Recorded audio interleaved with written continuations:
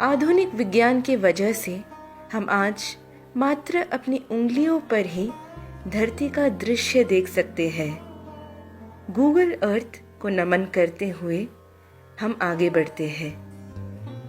दिखाई देने वाला दृश्य है हमारा भूमंडल ग्रिड के साथ।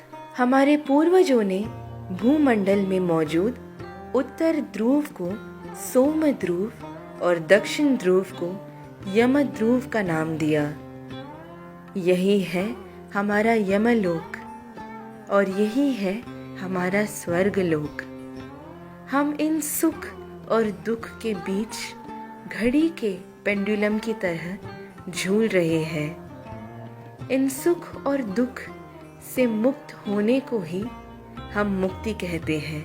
हमें हमारे पूर्वजों का एस्ट्रोनॉमी यानी खगोल विज्ञान पता चलेगा। गुजरात के नीचे के हिस्से को उल्टा देखने पर यह गरुड़ आकृति में नजर आता है। आइए देखते हैं कैसे। यही है गुजरात। गरुड़ का मुख पे नजर आ रहा आँख ही है हमारा जूनागढ़। गरुड़ के मुख से जुड़ा हुआ भारत के कन्याकुमारी तक का हिस्सा है इस गरुड़ का पंख। दूसरा पंख अफगानिस्तान से यूएई तक फैला हुआ है। इस गरुड़ के पूंछ के हिस्से में Assam, Myanmar, Bangkok, Hong Kong, Indonesia ये सब आता है। इतना बड़ा गरुड़ ही है श्री विष्णु का वाहन। गरुड़ के आँख में बसे हुए भवनाथ क्षेत्र में सबसे ज्यादा लोग शिवरात्रि मनाने के लिए इकट्ठा होते हैं। कहते हैं कि यह क्षेत्र भगवान कृष्ण ने माया के माध्यम से निर्माण किया था।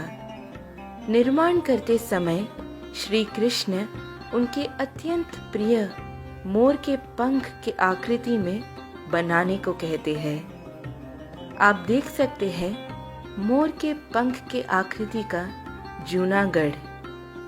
गरुड़ के सर पे जहाँ ब्रह्मरंध्र सहस्रार चक्र होता है, वहाँ पर हमारा अति सुंदर सोमनाथ देवस्थान है।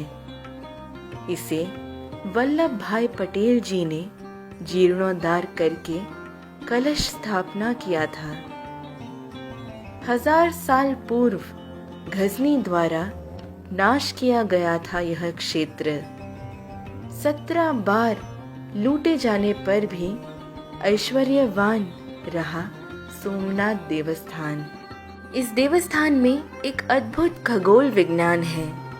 यहाँ पर एक बाण स्तंभ है।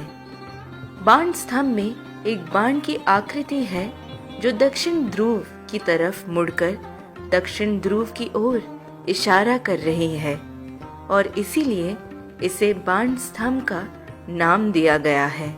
इसकी विशेषता ये है कि इसका एरो जो दक्षिण की ओर मुड़ा है, उसका अर्थ है कि दक्षिण की ओर से उत्तर की ओर आने पर जो सबसे पहला तीर्थ क्षेत्र मिला वही बना सोमनाथ देवस्थान। आइए दक्षिण की ओर बढ़ते हैं। आप स्वयं ये देखकर आश्चर्यचकित हो जाओगे कि इस रेखा मार्ग में एक द्वीप भी रास्ते में नहीं आता है और ये सीधा दक्षिण ध्रुव को छूता है।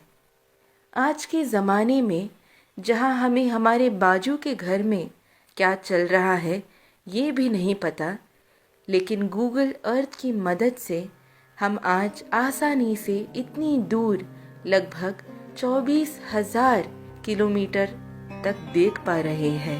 यही हमारे पूर्वजों के शक्ति का संकेत है। आर्यभट्टा और भास्कराचार्य जी कितने महाज्ञानी थे। इस वजह से ही हमारे सैटेलाइट्स को भी उनका ही नाम दिया गया है। हमारे पूर्वजों का मानना था कि मरने के पश्चात आत्मा पहले यमलोक जाता है, जहाँ निर्णय किया जाता है कि यदि वे स्वर्ग जाएंगे या नरक। इसीलिए हमारे पूर्वज मृत शरीर के सर को दक्षिण की ओर रखकर लेटाते थे। सोमनाथ को मिलना और सोमध्रुव को मिलना एक ही समान है।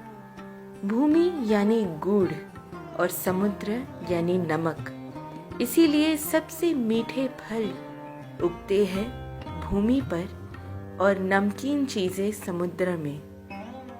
समुद्र और भूमि के मेल से चल रही है हमारी पूरी दुनिया। सोमनाथ की यह अद्भुत लीला पहचानी गई सप्त ऋषि यानी मरीचि, वसिष्ठा, अंगीरसा, अत्रि, पुलस्त्य, पुलह, क्रतु और अगस्त्य ऋषि, ध्रुव ऋषि, हमारे संचारी ऋषि नारदा, राजा ऋषि भगीरथा, विश्वामित्र जैसे कई लोगों के तपों, संचारी, योग और दिव्य दृष्टि द्वारा।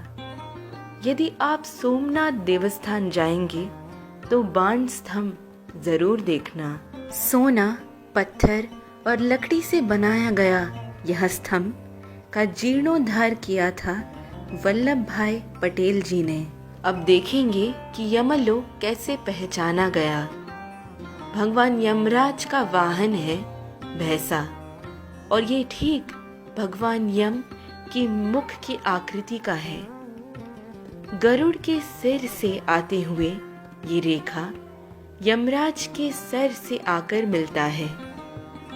भगवान यमराज विराजित है अपने वाहन भैंसा पर। आप भैंसा के आँख, सींग और मुख देख सकते हैं।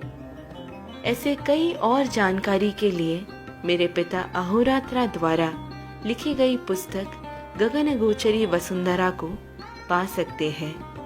पुस्तक के लिए ईमेल करें tatpara@gmail.com पर। धन्यवाद।